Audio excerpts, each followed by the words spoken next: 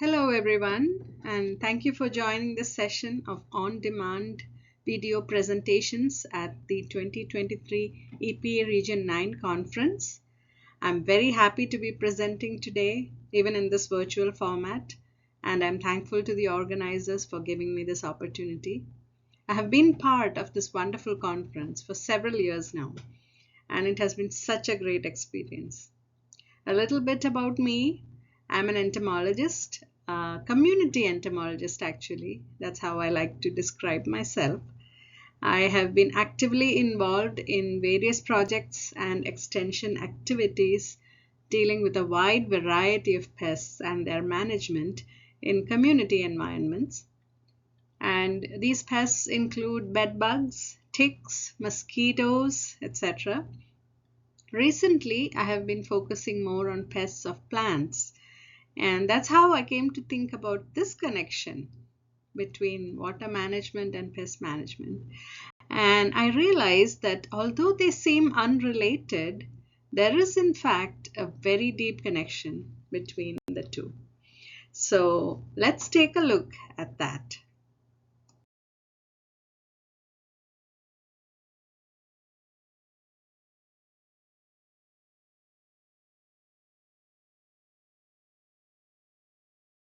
We know the power of water.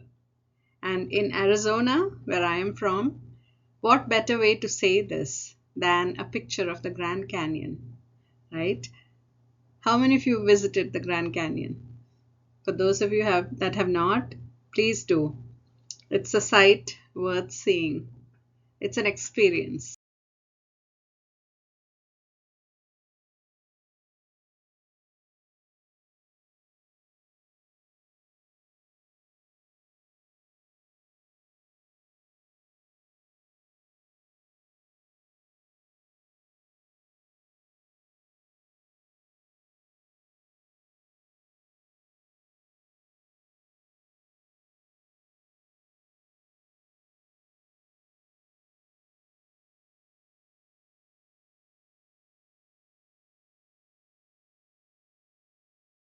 And here is a historic marker with the famous phrase, Arizona grows where water flows, just showing how important water is to the state.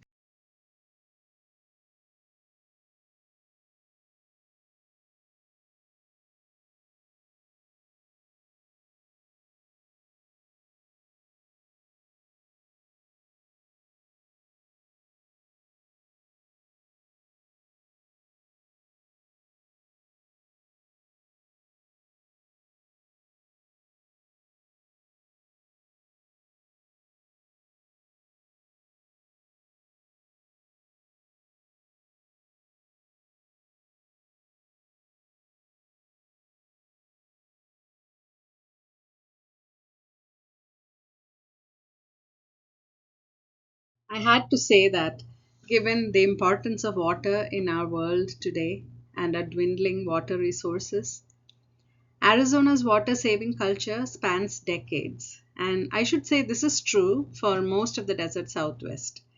And as most people that live in a desert, we are inherently aware that water is our most precious resource. And we subconsciously try to save it, right? Or do we? Let's take a look.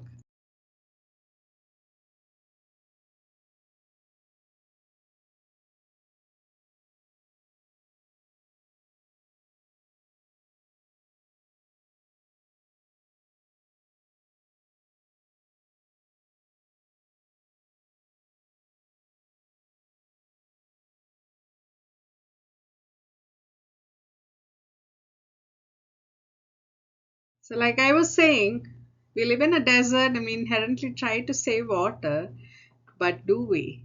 Right? Because we still see these types of situations, many on a daily basis. We see leaking irrigation systems, poorly managed rainwater, badly aimed sprinklers that replenish standing pools at regular intervals, and all of this serves as reservoirs for pests, right?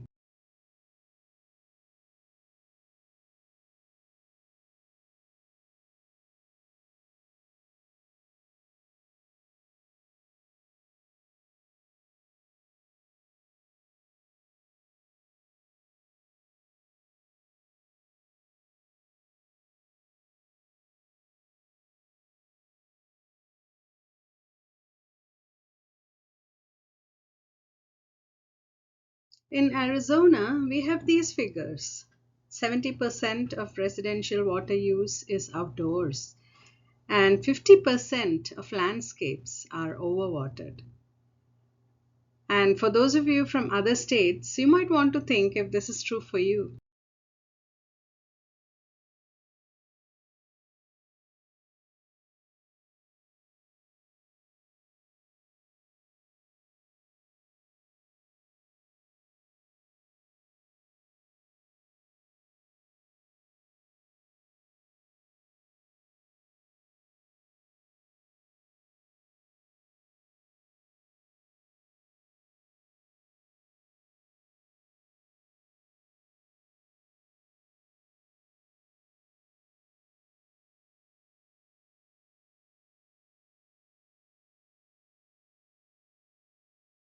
And we have solid figures about water use.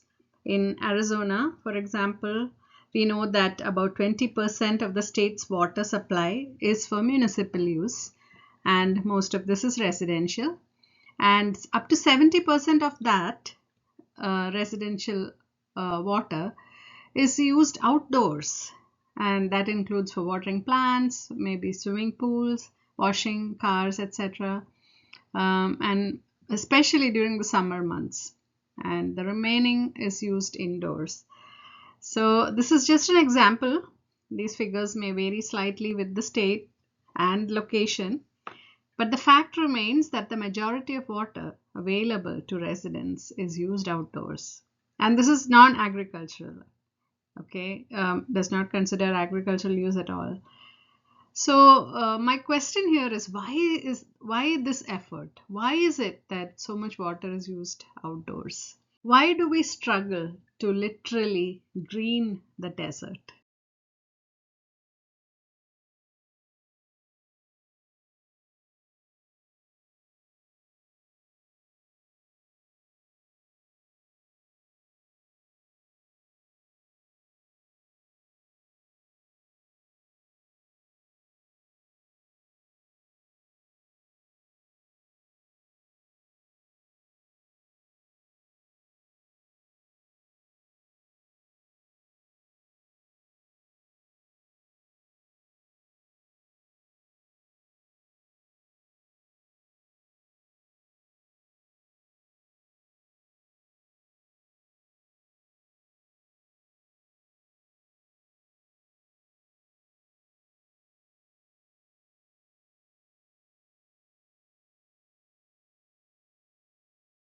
And here's the answer. There's a reason why we desperately try to maintain our landscape. Well, it turns out that plants are actually good for us. The green canopy outside, it's proven to have multiple benefits. And that's why humans desperately try to maintain the green landscape outside. And this is an example of one publication from the University of Arizona Cooperative Extension, which talks about the multiple benefits of plants for human health. And this publication is specific to healthcare settings, but of course, the results are applicable to many other situations.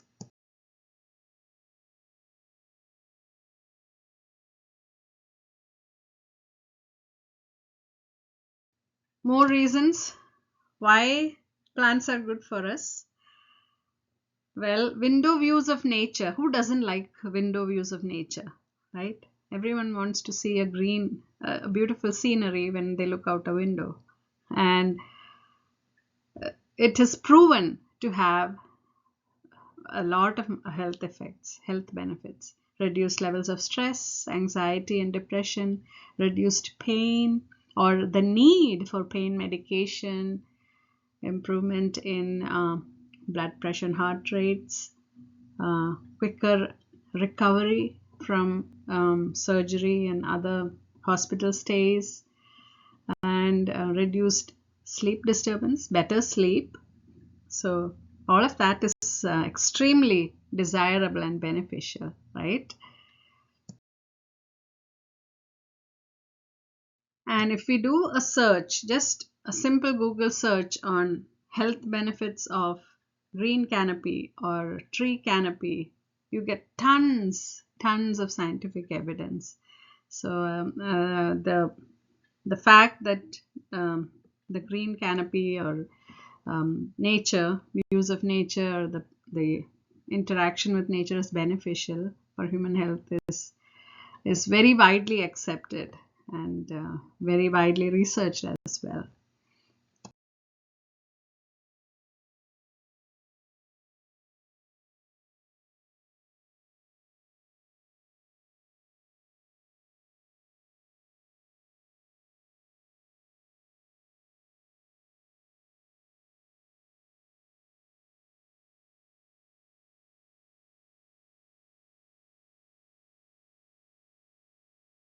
So the trend is to consider landscapes as an important investment in communities.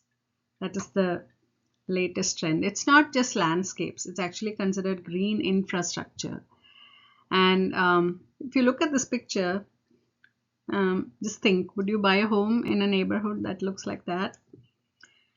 It's a simple example of what people are looking for when they're trying to buy a house.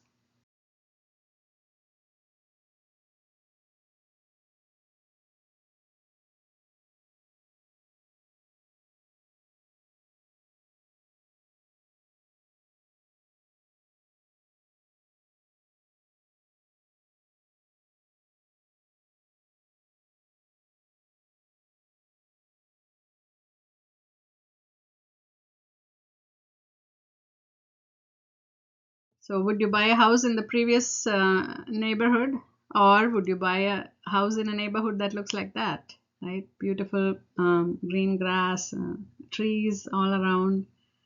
I think the answer is pretty obvious.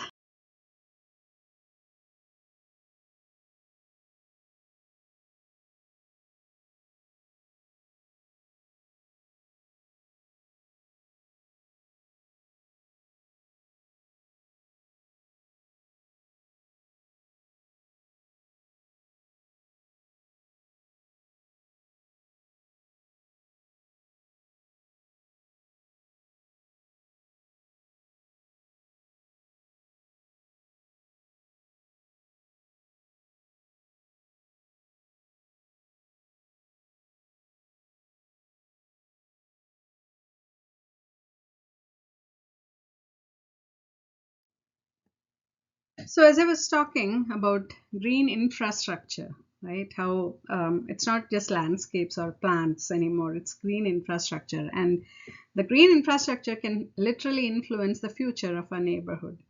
So when you plant trees or shrubs and other landscape plants, it's not just for 1 year or 6 months. It's actually something you're investing in it that and hoping it will last for a lifetime, right? Or at least 20 years, 20 to 50 years down the line.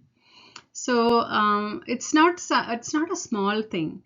And in Arizona, this is interesting, okay? And you might be wondering, why am I talking about plants all the time?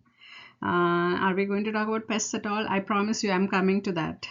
Okay, but in Arizona, I think this is a great example of a situation where landscapes, how influential landscapes are.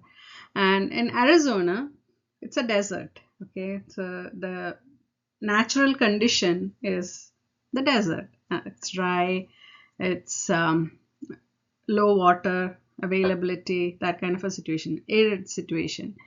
And but the majority of Arizona landscapes are not like that. If you look into urban Arizona landscapes, they don't resemble that at all. There are some landscapes that are xeriscaped or planted with desert adapted trees, but there's a lot of other plants. A lot of landscapes are very much resemble landscapes in other parts of the country where there's more water availability.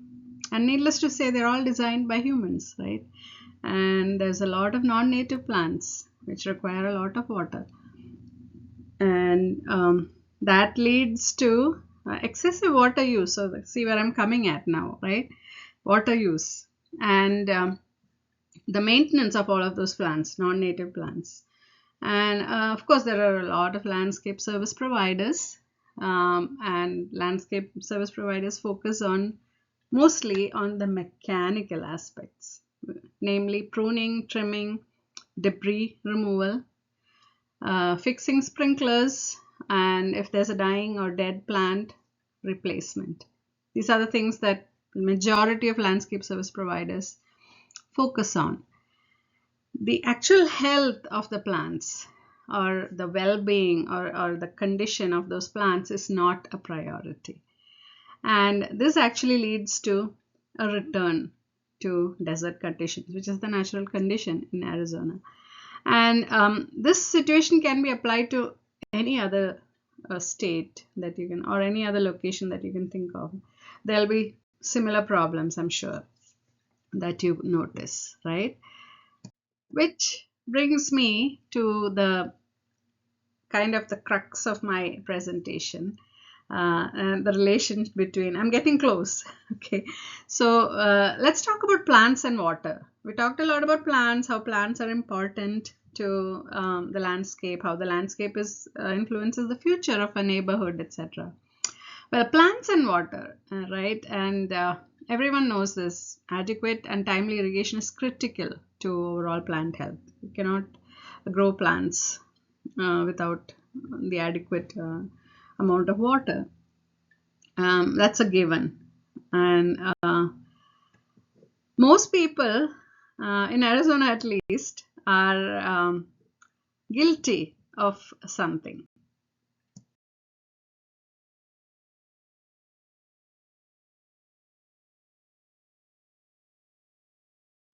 And that is improper irrigation.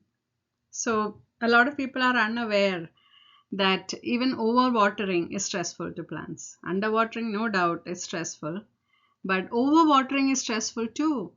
And a lot of people are unaware of that. Even people who have lived in a desert state like Arizona for all of their life, they are not aware of that. They just don't think about it. So it's a fact that improper irrigation makes plants stressed and vulnerable to pests and diseases. See where I'm coming at now.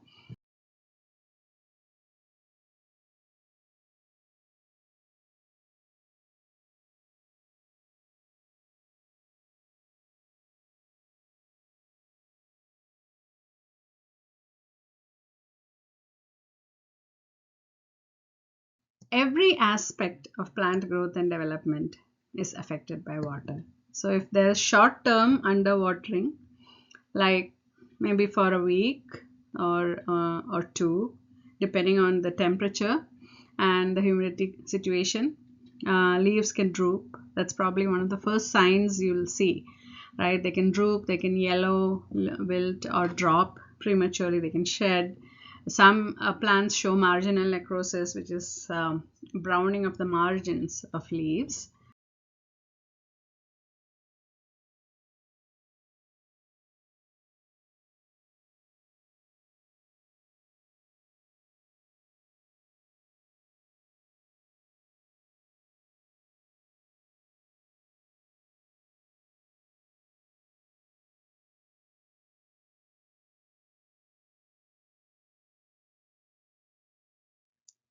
And if there's severe and prolonged water stress, like for weeks together, then that's pretty much the end of the plants. Can be fatal to the plant, right? There can definitely be shoot and branch dieback. There can be cracking of the bark. Some plants bleed or ooze sap from those cracks. The trunks of trees and plants can get sunburned. Fruits can get sunburned. Some plants respond by developing cankers or abnormal outgrowths on different plant parts. So all of that can happen by severe and prolonged water stress.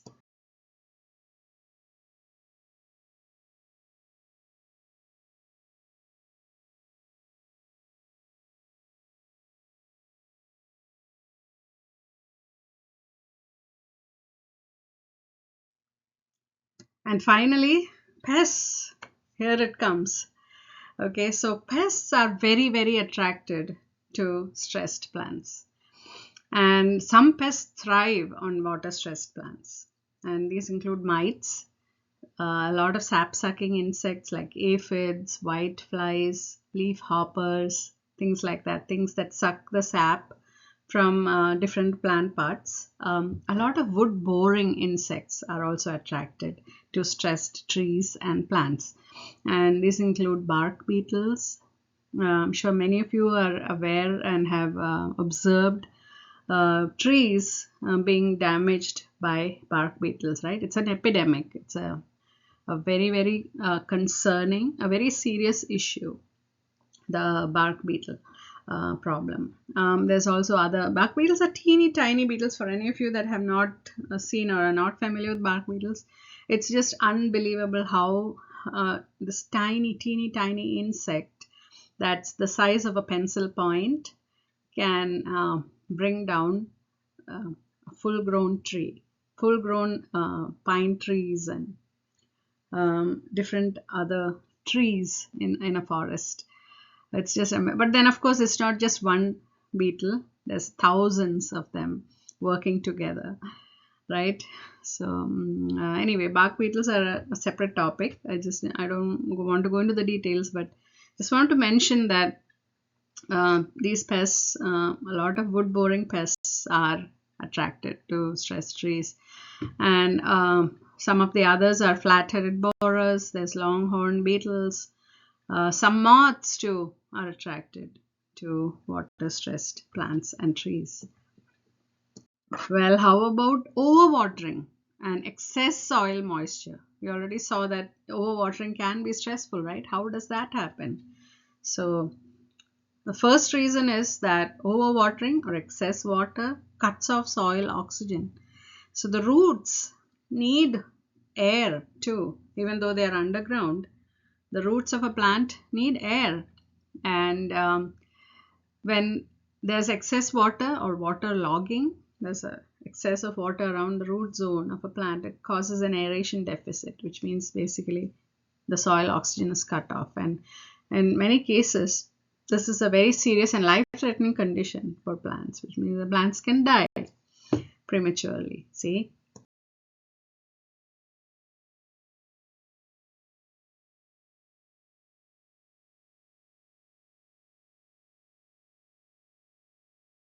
Other problems that can be caused by overwatering and excess soil moisture. So plants will definitely try to take up that water, right? When there's excess water, they will try to take up more than they need, and this can result in trunk splitting in palms or bark splitting in certain trees. Chitalpa is one of the trees that displays that kind of a problem. So trunk or bark splitting.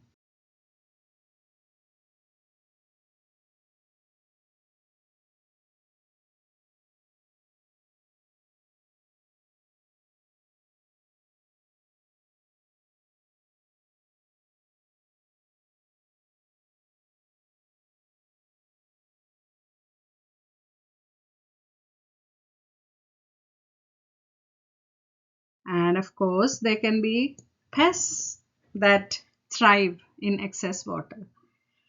So the first kind of pest that thrives in this kind of a situation are pathogens, right? So root decay pathogens, say for example, Phytophthora, are one of the most commonly found pathogens in that waterlogged or excess water situation. And when the roots of a plant are decayed and dead, you know what happens to the plant, right? It cannot survive. It'll either collapse or it'll just die.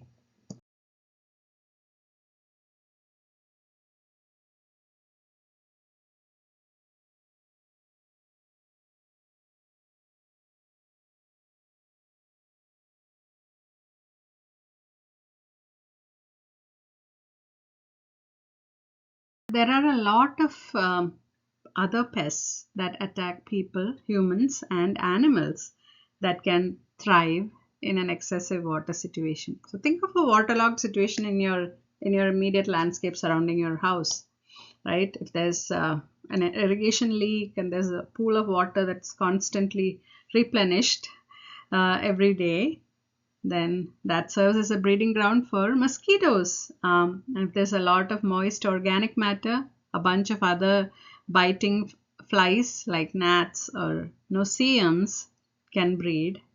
A lot of flies, filth flies, love that moist environment. So they can lay eggs, and that environment serves as a breeding ground for flies. And several other pests too. Rodents can make use of that excessive moisture.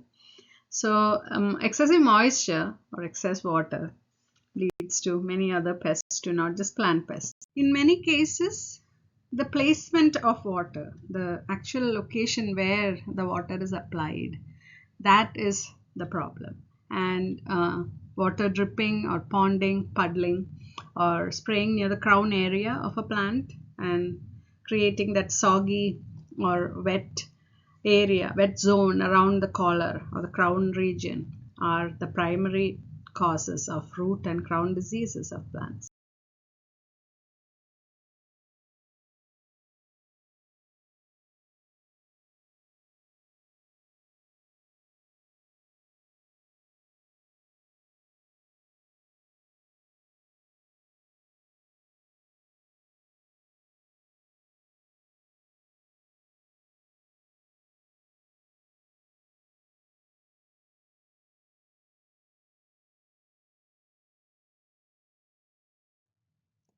Here's another very common scenario that many of us see on a daily basis.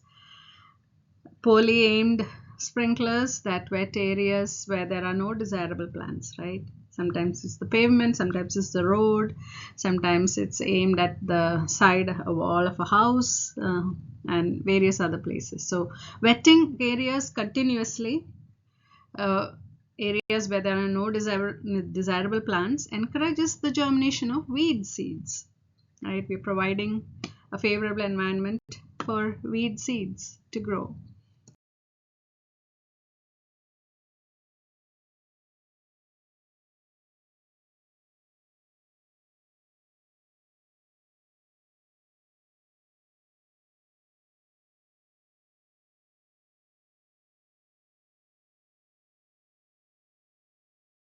Another common scenario where water is splashed. Too much splashing of water leads to dispersal of fungal spores, and it also wets the foliage, and this promotes foliar and fruit diseases like anthracnose, brown rot, various kinds of leaf spots, rusts, etc. And when there are a lot of diseases, that leads to more use of pesticides, right? Fungicides, not to mention the excess water use as well. So I hope the connection between water management and pest management, right? That's what we are talking about. I hope that that's what I was trying to bring out, how deeply they are connected.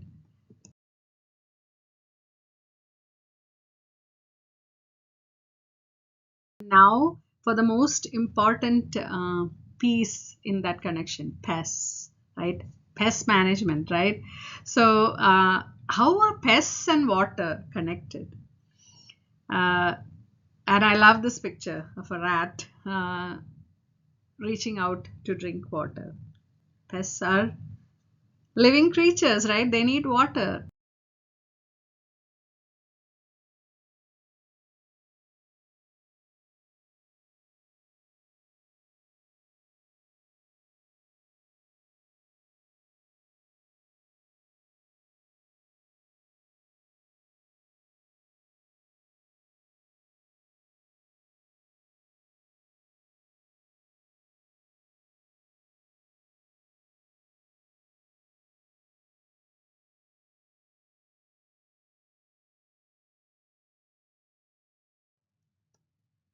So all of the pests that we can think of in community environments, be it insects, rodents, or other vertebrates, pathogens.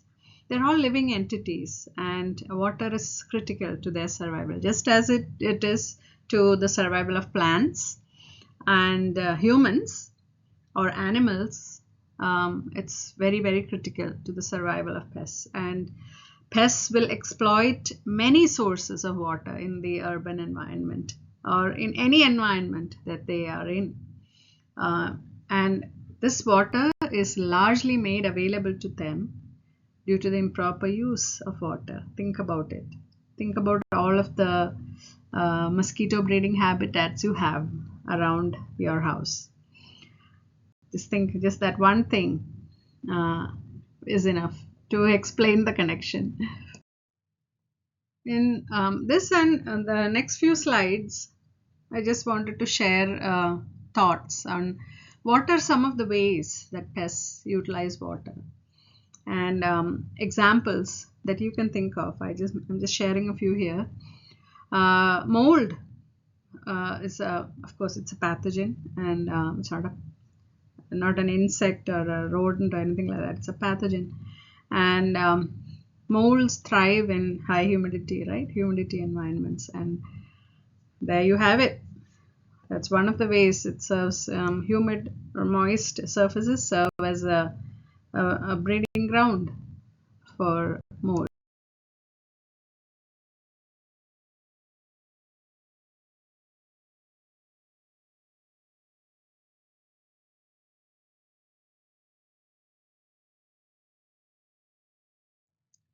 We talked about mosquitoes.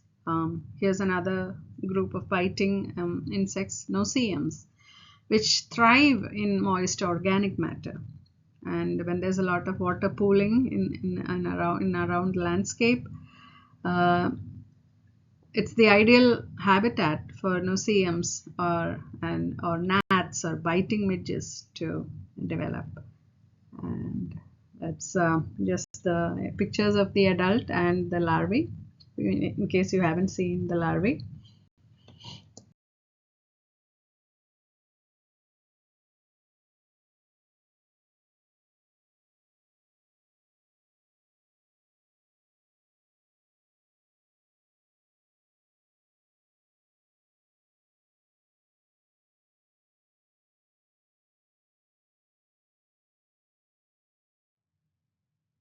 A lot of commonly encountered pests in urban and structural environments actually drink water. They need to drink water, and here's a great picture of a cockroach drinking water from a faucet, and very common sight, right? Many of us have seen that.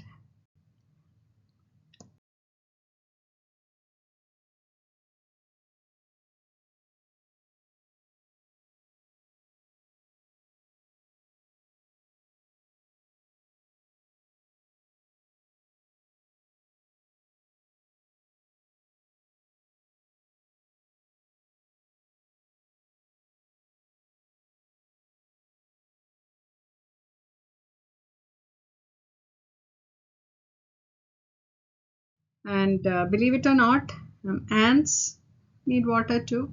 And here's a beautiful picture of an ant reaching out to drink water. And a lot of other common insects that we encounter actually drink water. Scorpions drink water. If you have often observed in our laboratory colonies of scorpions that we have, when their water containers are refilled, they come running to drink. They actually drink. You can see them drinking. And so do cockroaches.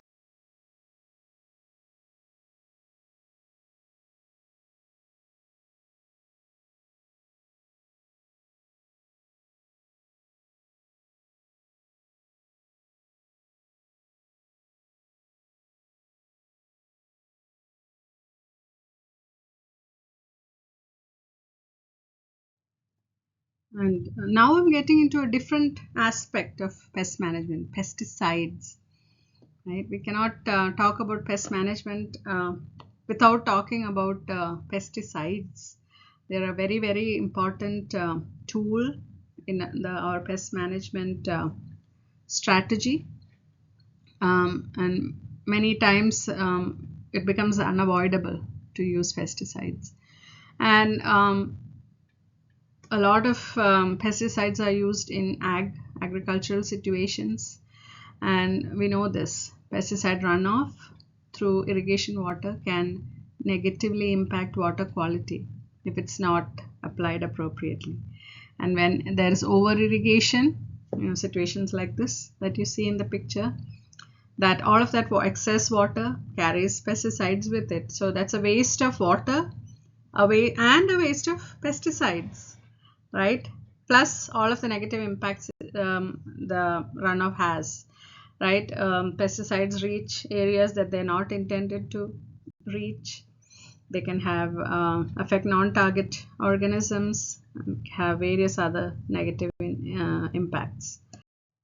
And another aspect is that a lot of pesticide formulations are not liquid. They're granules or dust formulations. But some of these granular formulations, like the ant bait that you see here, they actually need to be, they're granular, but they actually need to be moistened or watered in for them to act.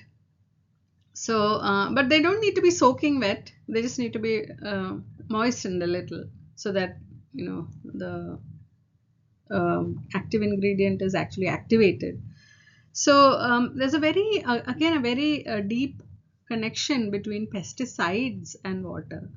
There's a lot of pesticide formulations which are liquid, of course, and they need to be mixed up in a tank with the appropriate amount of water to arrive at the right dilution and all of that. So we usually, when we think about pest management and water management, we don't often think about all of these aspects, right? That's why I wanted to mention all of these specifically.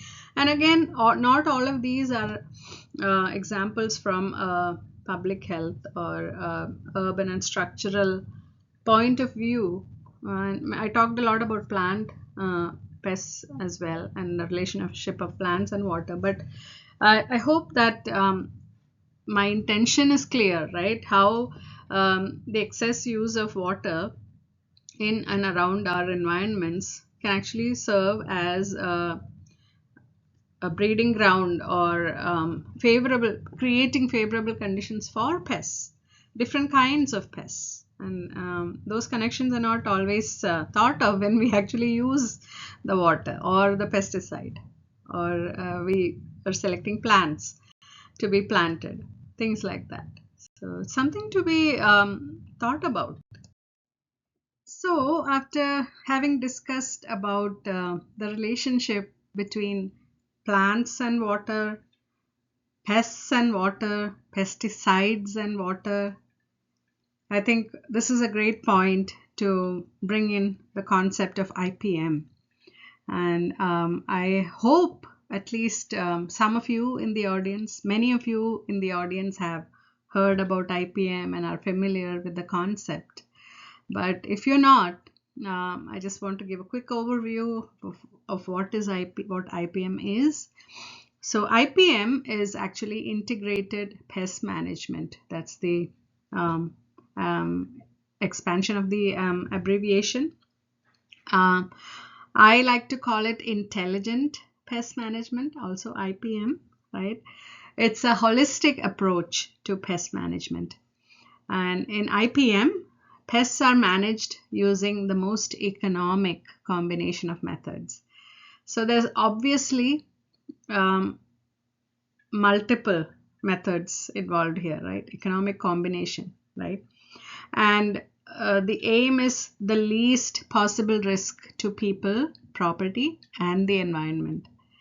So we manage pests. We don't control them. We don't wipe everything out. We manage them at less harmful levels. That is the goal. And so there's economics involved. There's intelligent decision making involved. That's why it's intelligent pest management. And there's least possible risk. It's a win-win situation, right? We cannot go wrong with that. So that's IPM, and it is indeed the best way to manage pests in any situation, not just in an agricultural or a structural environment, any situation that you can think of. And as I was just saying, IPM programs often combine different management approaches for greater effectiveness. And here are some of those approaches or methods that I have just listed out here on the slide. So there's natural, physical methods, mechanical, cultural, biological, chemical, genetic, and regulatory. So these are just some of those different methods that can be included in an IPM program. And these are used in different combinations according to the situation. And we know that no two situations are alike. What works in one may not always work in another. And sometimes it may not even work in the same location at a different time. So this is where the intelligent decision making comes into play. Right? So, and that is indeed the beauty of IPM. You're not always dependent on one particular method of pest management, and most often the one that's used is chemical, unfortunately, pesticides, right? And there are so many problems associated with excessive chemical use. I'm sure we have been exposed to that kind of situation at some point, excessive pesticide use, or have had to use pesticides for managing pests in a particular situation, and you realize that the pest cannot be managed anymore with that. Pests have developed resistance, right?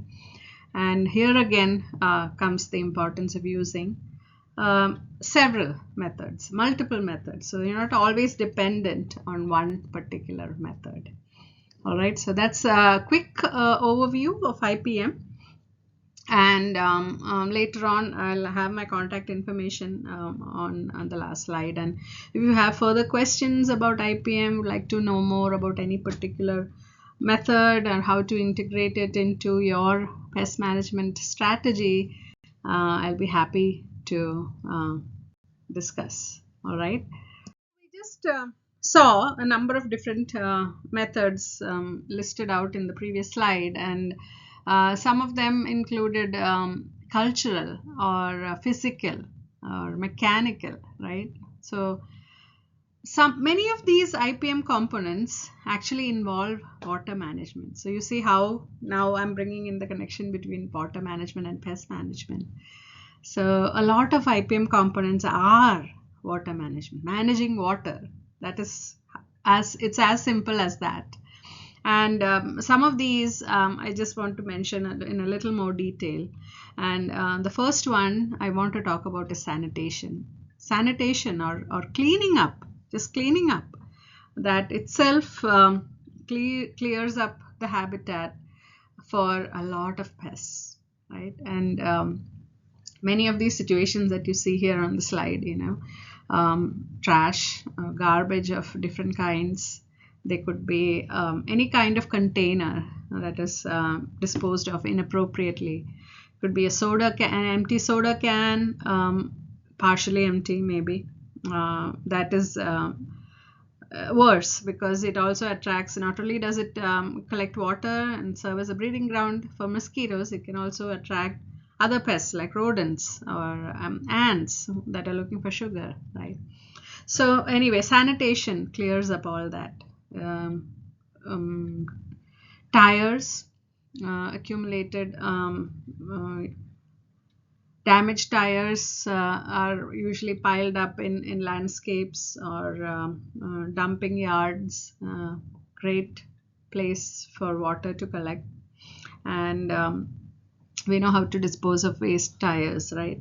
If you just dispose of tires, it's so difficult to get rid of water from tires because they're round and they have those sides. Even if you rotate it, water comes to the bottom and continues. It's very difficult. So you actually have to puncture holes in used tires for the water to drain out. Tarps that stretched out over different things. It could be the back of a truck or a trailer. It could be a boat, or maybe just stretched out over a shed or a part of a building. Can accumulate water and serve as a breeding ground. Clogged drains in different locations. It could be storm drains, could be just drains around the house. When they're clogged, they don't serve the purpose, right? They don't allow water to flow freely, and that can lead to huge puddles of water in the street or different parts of your landscape, and that can serve as a breeding ground. So you see how just that one aspect of sanitation involves water management in so many different places. Exclusion is another very important and very common strategy used in IPM programs. Exclusion simply means excluding pests, preventing them from accessing water or food. In this case, water, right?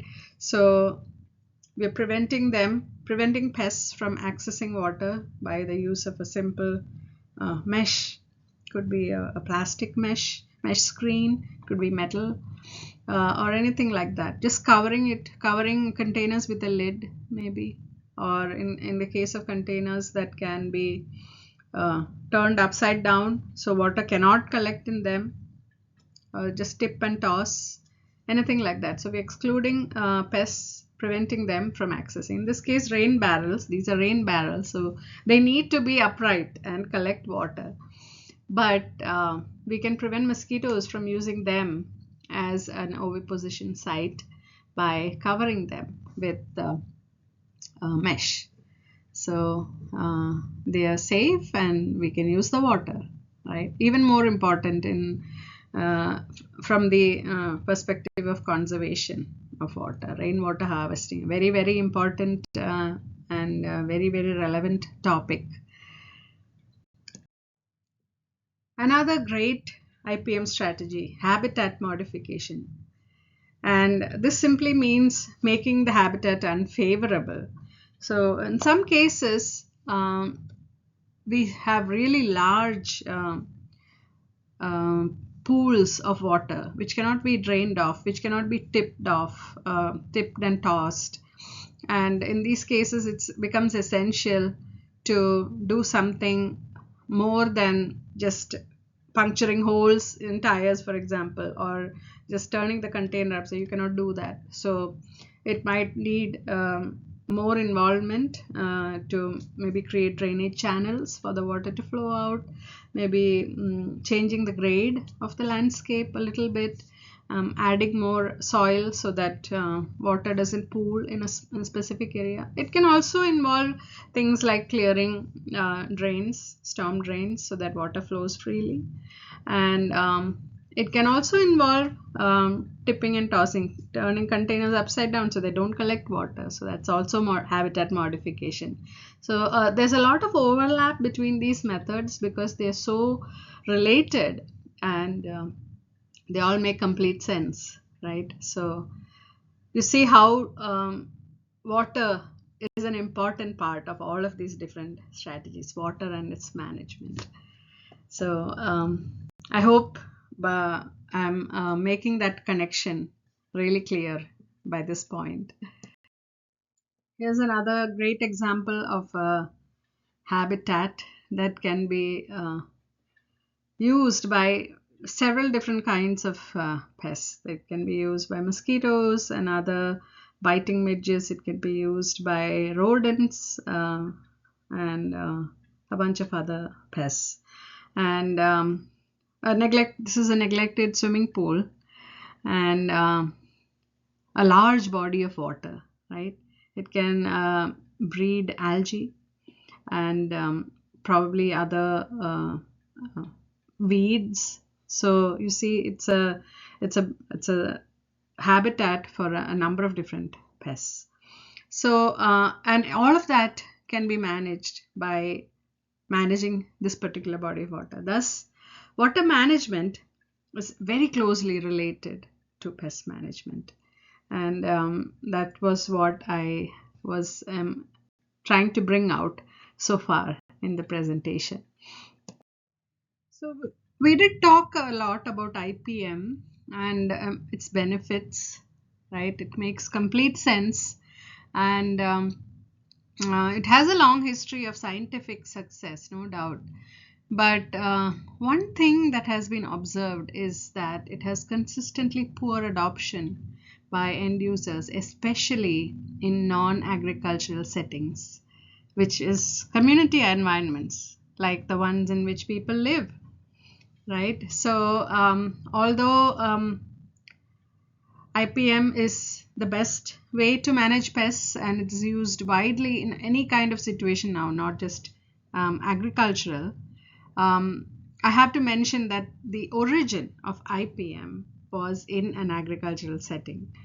So, and the best successes are also in agriculture, and it's a fact that there is consistently poor adoption, and there are a lot of studies that have been conducted and are still being conducted, but there's inadequate information on why people are not using IPM in communities to a better extent, and what factors can promote or hinder its adoption.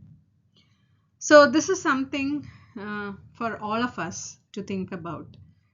All of us, as in, residents of communities, members of different communities, scientists, scientific faculty, extension workers, community health workers. Here's a concept that makes complete sense, right? If you think about it. And yet, it's not being adopted. And why is that? So, obviously, the question to be asked here is, could joining forces be the solution? How can we join forces? What forces should we join to improve the adoption of IPM in community environments? So here's a flow chart or a flow diagram, if you will, of my understanding. I just wanted to share this of the situation with water and water management and pest management. Okay, so we have water quality and water quantity. Both are of concern, no doubt. In today's world, they're both of equal concern, and overuse of water can affect both, right? Water quality and quantity. If it's water quality that we're looking at, overuse of water can reduce water quality by nutrient and chemical runoff. Better irrigation practices or technologies can reduce water use and lead to a better water situation, right? If you're looking at water quantity, overuse reduces availability. Simply by using too much water, we don't have as much as we need. It reduces the amount of available water.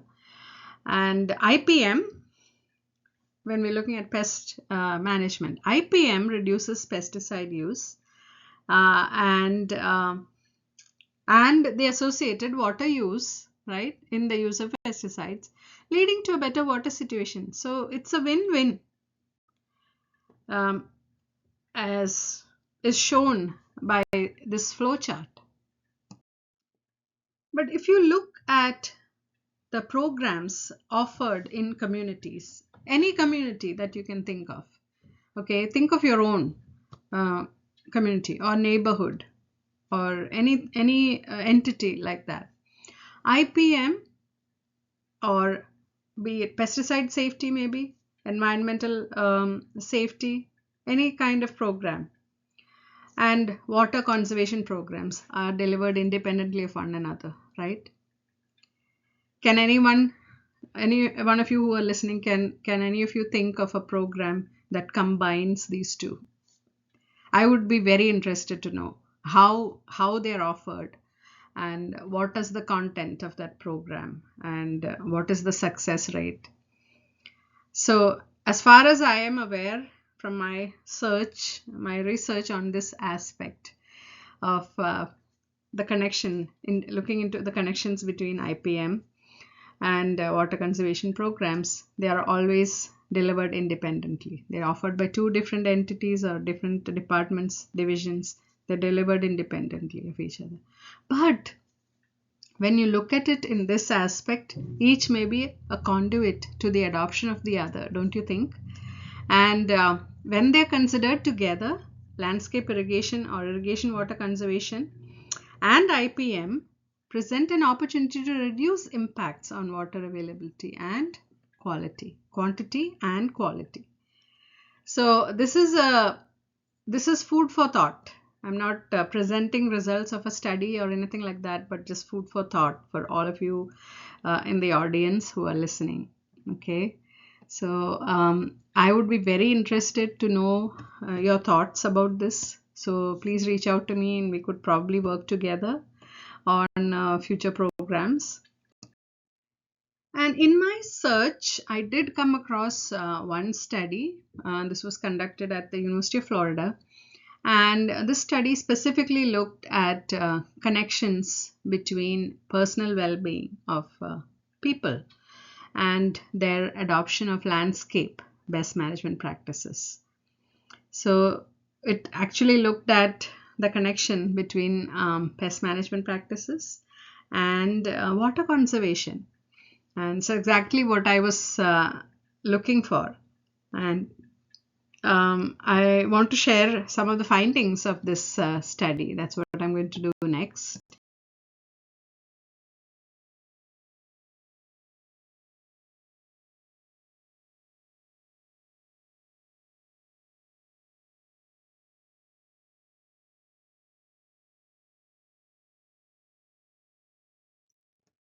The study points out that both water management and integrated pest management have strong connections to human well-being. This is an entirely different aspect, okay? But they're rarely considered together. And the study found that high engagement in IPM corresponds to a greater water conservation, which are both ultimate goals, right, in a community. So a really interesting study, and something that should be explored further. So I wanted to share this here.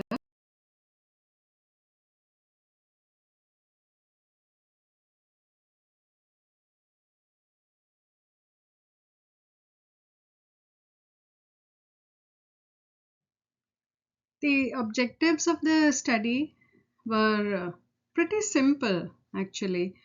They created audience segments uh, based on engagement in water conservation and IPM, and they evaluated whether audience segments were delineated by this engagement differ in well-being. And finally, they also examined whether socio-demographics and interest in learning about water differ among those segments. So pretty simple, right? And this is something that can be applied in various other situations.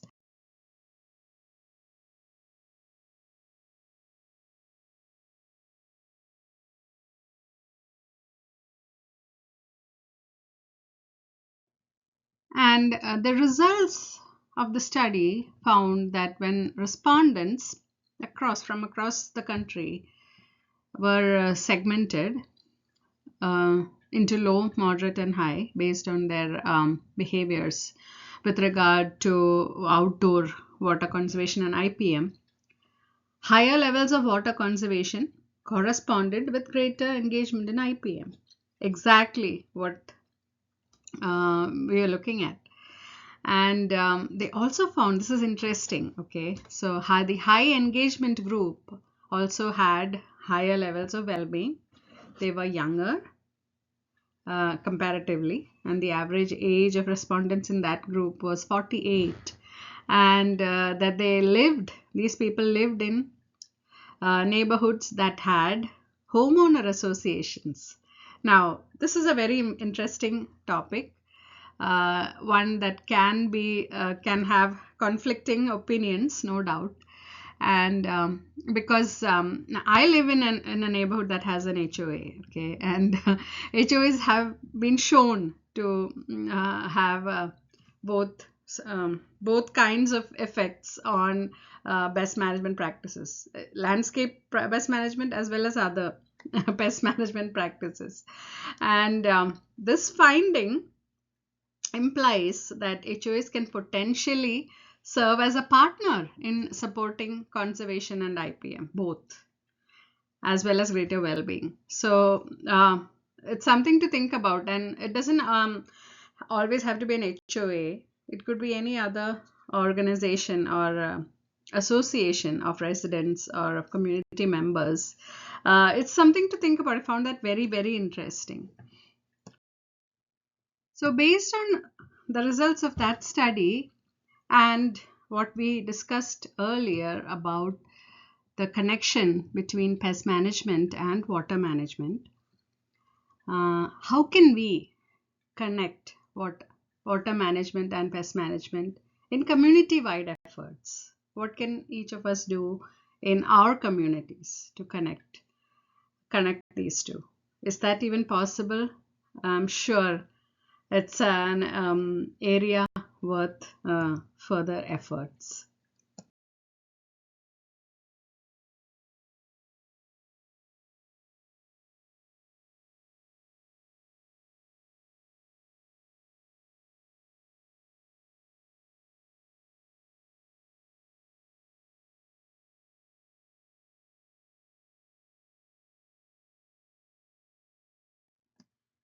So here's something to think about.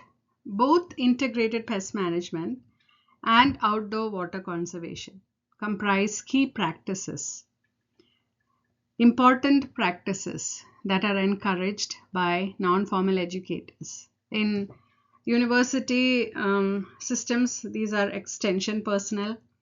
For other communities, for example, in tribal communities, these can be community health workers. It could be any other kind of personnel who get into the community and work with community members, right? Anyone who works with the public to address significant issues related to water quality and availability. So both of these in IPM and water conservation, they comprise key practices, right? Reduced use of pesticides, intelligent use of pesticides, intelligent use of water, right? It makes sense when you think of it this way. And it's also a fact that disconnects among different audiences, diverse audiences, and educational programs are posing the most challenges in achieving the goals of any kind of program that we try to implement in our communities. So, could joining forces be the solution?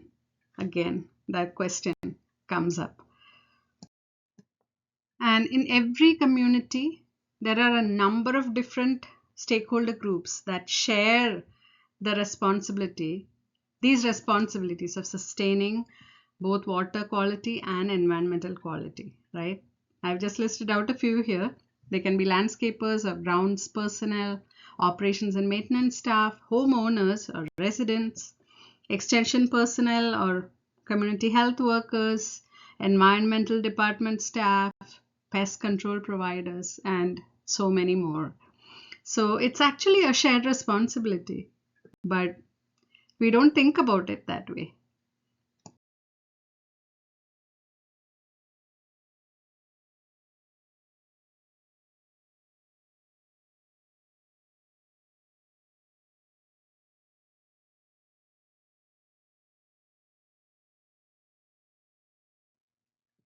And as I'm coming to the end of my presentation, I wanted to mention the concept of One Health, which is a relatively new approach that recognizes the interconnections in health and wellness or well-being among everything in the environment, and this includes people, animals, plants, and the shared environment. And I'm hoping many of you have heard of this concept and are familiar with it. If not, it is a very, very important concept, and one that will no doubt extend into all our communities very soon. So One Health integrates expertise in human, animal, and environmental health. And in One Health, no single entity, whether it's human health or animal health or environmental health, is considered independent of the other two, because they are not. They are very, very intimately tied to one another, right? And so this recognition of One Health, the approach, is actually the best way to respond to public health challenges, to assure safe and healthy food and water, and protect global health security. So I wanted to mention that concept, and not only because of the beauty of the concept, but also how relevant it is and how well it complements the connection that we have been discussing earlier in this presentation, namely pest management and water management, right? So that's why I wanted to mention it here. And I also want to mention this, that the concept of One Health is often discussed in the context of zoonosis control, right? Disease control, public health, from that public health aspect. And plant health or environmental concerns are typically seen as receiving less attention. However, we've already seen how important plants are, and right, the effects of plants on human health are very, very significant. And not only the plants, but also the efforts that are made to maintain plant health have very, very significant effects on human health. So they cannot be considered independently. So incorporating plant health into One Health is actually beneficial, and it implies a stronger emphasis on ecological health, not keeping them separate. So One Health plus plant health should be the approach. I mean, plant health is all automatically included in One Health, but when we talk about it in our communities, we should consider them together. And this really creates more inclusive approaches to evaluating plant protection interventions, because they include various pest management strategies, including pesticides, right? And these interventions address agricultural needs, but also realize co-benefits with the ecosystem, animal and human health. So this is a concept that will no doubt be coming to the forefront, and this way of looking at health overall is going to be the way things progress. And of course, I would never spare an opportunity to talk about the Phoenix heat that we've experienced in this summer. So it has just been unprecedented. Each summer we think this is unprecedented, but this summer has been way too much. And it's not, I would say we're still in the heat wave, right? It's October, and this week in Phoenix had at least 4 days of temperatures over 100 degrees. It's like the summer just doesn't want to let go. It's still clinging on, and that's what we're experiencing. So it's a very real thing that's happening, this climate change and global warming, and absolutely no rain. So the shortage of water is really something that is that we have to consider very seriously. And what better way to talk about it than the Phoenix heat, right? And finally, I just wanted to mention some of our collaborators and potential collaborators in this effort to connect water management, pest management. Here are some of our partners from within Arizona, and I look forward to working in this aspect. I'm really very interested, and I hope to put together a proposal, a grant proposal at some point, and work with individual communities as well to develop policies or protocols or other resources like publications or anything that stakeholders feel the need for. Very interested to work together with you, so please feel free to reach out. I'll share my contact information next. Here is my contact information, and some of you might have heard me speak before. I'm an entomologist by passion and profession. So I feel very strongly about IPM, and I am a strong advocate for IPM and just better environmental stewardship practices in general. So that's my area of expertise. So I feel it's natural that we have come to this point where I'm now looking at the connection between water management and pest management, because they really are inseparable if you look at it, and offer great scope for future work. So I hope this presentation has been useful to you and has offered a lot of thinking points, hopefully ideas for future work for all of you in your communities as well. So thank you for the patient listening, and I look forward to hearing from some of you with questions, comments, or suggestions. I welcome that. So wish you all the best, and thank you once again.